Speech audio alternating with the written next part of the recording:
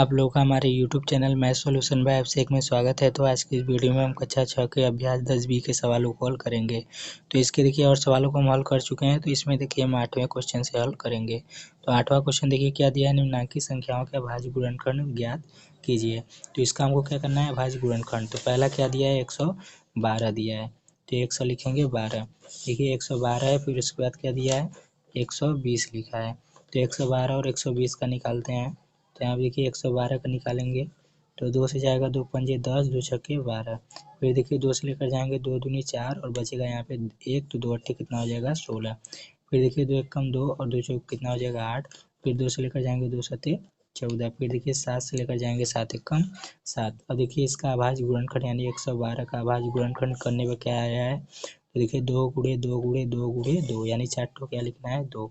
तो 2 गुणे 2 गुणे 2 गुणे 2 और गुणे 7 यानी ये 7 लिखा है, तो इसको क्या लिख देंगे 7। फिर देखिए 120 का अभाज्य गुणनखंड करेंगे। तो देखिए किससे जाएगा, 2 से जाएगा 2 छक्के 12, 0 है तो 0 ऐसे ही लिख देंगे। फिर 2 हैं कितना हो जाएगा 6 और 0 ऐसे ही लिख दिया जाएगा। फिर 2 एक कम 2 और यहाँ बचेगा 1, 2 पंजे 10। फिर देखिए 3 से जाएगा 3 पचे 15। फिर 5 से जाएगा 5 एक कम 5। फिर देखिए 120 का क्या करेंगे, यानी अभाज्य गुणनखंड किए हैं तो उसी को लिखेंगे। 3 ठो देखिए 2 लिखे हैं तो 2 गुणे 2 गुणे 2 और देखिए 3 लिखे हैं गुणे 3 गुणे 5, यहाँ पे 3 और 5 हो जाएगा। उसके बाद आगे देखिए दिया 135 और 140। तो यहाँ पे लिखेंगे 135 का और यहाँ पे निकालेंगे 140 का। तो 135 का पहले निकालते हैं। तो देखिए यहाँ से 3 से जाएगा 3 चौक के 12 और 3 पचे 15। देखिए 3 चौक के 12 कट जाएगा, बचेगा यहाँ पे 1, तो 3 पचे 15। फिर देखिए 3 से जाएगा 3 एक कम 3, बचेगा 1, तो 3 पचे 15। फिर देखिए 3 से जाएगा 3 पचे 15। फिर देखिए 5 से जाएगा 5 एक कम 5। तो देखिए 3 ठो 3 लिखे हैं और 1 को 5 लिखे हैं। तो 135 का अभाज्य गुणनखंड करेंगे तो 3 ठो क्या है 3 और 1 को क्या है 5, ये इसका आंसर हो जाएगा। अब देखिए 140 का अभाज्य गुणनखंड करेंगे तो यहाँ पे करते हैं। तो देखिए 2 से जाएगा 2 सत्ते 14 और 0 लिख देंगे। फिर 2 से जाएगा 2 तेई 6 और बचेगा 1, तो 2 पंजे 10। फिर देखिए किससे जाएगा, तो ये देखिए 5 से जाएगा 5 सत्ते 35। फिर देखिए 7 से जाएगा 7 एक कम 7। तो 140 का अभाज्य गुणनखंड करने में क्या आया है, तो 2 गुणे 2 गुणे 5 गुणे 7, ये इसका आंसर हो जाएगा। अब देखिए आगे क्या दिया है, तो आगे दिया है 150 और 1228।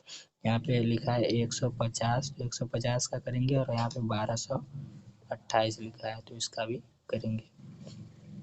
तो पहले इसका करते हैं। देखिए तो 2 से जाएगा 2 सत्ते 14 और 2 पंजे 10। फिर देखिए किससे जाएगा, 3 से जाएगा 3 दूनी 6 और 3 पचे 15। फिर देखिए 5 से जाएगा 5 पचे 25। फिर 5 से जाएगा 5 एक कम 5। तो इसका देखिए अभाज्य गुणनखंड करेंगे 150 का। तो 150 का अभाज्य गुणनखंड करेंगे तो किससे जाएगा, 2 से फिर 3 से फिर 5 से गुणे 5 से, यानी यही चीज़ यहाँ पे क्या कर देंगे लिख देंगे, 2 गुणे 3 गुणे 5 गुणे 5, ये यहाँ पे लिखे हैं। देखिए 1228 को लेकर जाएंगे तो 2 से जाएगा 2 छक्के 12, 2 एक कम 2, 2 चौके 8। फिर 2 से जाएगा देखिए 2 तेई 6 और देखिए 6 कट गया। देखिए दोनों साथ में लेंगे 14, इसलिए यहाँ पे क्या बढ़ा देंगे 0 और 2 सत्ते 14। फिर देखिए किससे जाएगा, अब देखिए डायरेक्ट किससे जाएगा, ये 307 से ही जाएगा। तो इसका अगर हम अभाज्य गुणनखंड करें 1228 का, तो यहाँ पे 2 गुणे 2 गुणे 307, ये इसका आंसर हो जाएगा। अब देखिए आगे क्वेश्चन क्या दिया है, तो आगे क्वेश्चन दिया है 80 और 90 के बीच अभाज्य संख्याएं हैं। तो 80 और 90 के बीच अभाज्य संख्या क्या होता है, पहले तो अभाज्य संख्या देखेंगे। जैसे मान लीजिए यहाँ पे अगर हम ले लें 2, तो 2 के देखिए कितने गुणनखंड हो गए, एक तो 2 2 से कटेगा और एक 1 से कटेगा, यानी इसका गुणनखंड एक 2 होगा और एक 1 होगा, इसके अलावा कोई और नहीं होगा। अब एक संख्या और लेते हैं 4। तो 4 का देखिए कौन कौन सा अभाज्य गुणनखंड होगा, एक तो 1 होगा और एक 2 से 1 कट जाएगा, 2 दूनी 4 और देखिए किससे कटेगा, तो और एक 4 से भी कट जाएगा। तो 1 से भी कट जाएगा, 2 से भी कट जाएगा और 4 से भी कट जाएगा, यानी देखिए इसके 2 ही गुणनखंड हुए और इसके देखिए 3 गुणनखंड हो रहे हैं। तो जिसके देखिए 2 से अधिक गुणनखंड हो तो उसे हम भाज्य संख्या कहते हैं, यानी हमारा क्या होगा भाज्य होगा। और ये देखिए हमारा इसके 2 से अधिक गुणनखंड नहीं हो रहे हैं, इसलिए हमारा अभाज्य होगा। तो इस पे देखिए हमको क्या करना है, तो 80 और 90 के बीच अभाज्य संख्या लिखना है। अभाज्य संख्या यानी जो हमारा जिसके 2 से अधिक गुणनखंड ना हो। तो देखिए यहाँ पे 81 और 83 है।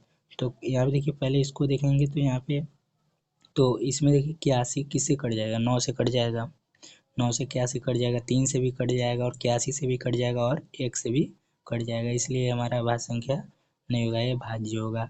और ये भी देखिए अभाज्य संख्या नहीं होगा क्योंकि यहाँ पर भी 81 है और यहाँ पर देखिए इसको काटेंगे तो 3 दूनी 6 और 3 नौ 27, 3 से भी कट जाएगा और 1 से भी कट जाएगा और 87 से भी कट जाएगा, तो ये भी हमारा अभाज्य संख्या नहीं होगा क्योंकि इसका क्या हो जा रहा है, 3 ठो गुणनखंड हो रहा है। इसको हमको दोनों को बताना है कि दोनों हमारा क्या हो, दोनों दो संख्या के अलावा किसी और संख्या से ना कटे। तो ये देखिए एक 83 से कटेगा और एक स्वयं से कटेगा, यानी एक 83 से कटेगा और एक से कटेगा। 89 देखिए एक स्वयं से कटेगा और एक से कटेगा, इसलिए हमारा अभाज्य संख्या होगा। अब देखिए आगे क्वेश्चन क्या दिया है, तो आगे क्वेश्चन दिया है वे संख्याएं जिनके 2 या 2 से अधिक अपवर्तक होते हैं। तो जिसके 2 या 2 से अधिक अपवर्तक होते हैं उसे हम क्या कहेंगे, भाज्य संख्या, यानी हम क्या कहेंगे, भाज्य संख्या। वही चीज़ है कि जैसे अगर यहाँ पे 4 है तो इसका देखिए 2 से अधिक अपवर्तक हो जाए, अपवर्तक क्या होता है, जो जो इसे काट दे तो एक काट देगा 2 और यहाँ पे 4 काट देगा, तो इसका देखिए 2 से अधिक अपवर्तक हो जा रहे हैं तो उसे हम क्या कहेंगे, भाज्य संख्या।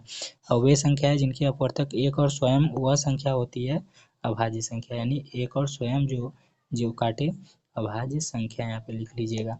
तो अभाज्य संख्या हो जाएगा, यानी एक और स्वयं वह संख्या होती है, तो एक और स्वयं योग, यानी वह संख्या है जिनके अपवर्तक एक और स्वयं हो, यानी जैसे यहाँ पे 2 है तो एक तो एक है और एक ये स्वयं है 2, बस इससे ज़्यादा ये नहीं कटेगा।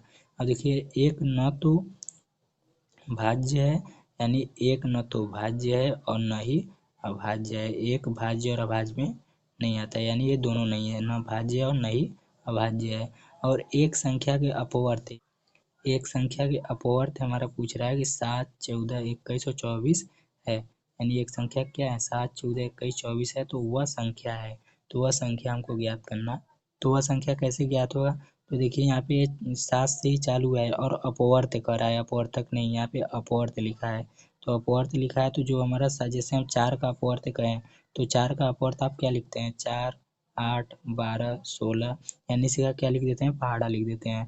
तो ऐसे ही अगर इसका अपवर्त पूछा जाए, यानी ये किसके अपवर्त हैं, तो ये 4 के ही अपवर्त हैं, क्योंकि जिसका अपवर्त होता है वो सबसे पहले ही लिखा जाता है। तो इसमें भी देखिए 7 पहले लिखा है, यानी ये किसके अपवर्त है, 7 के, यानी वह संख्या कौन सी होगी, 7 होगी।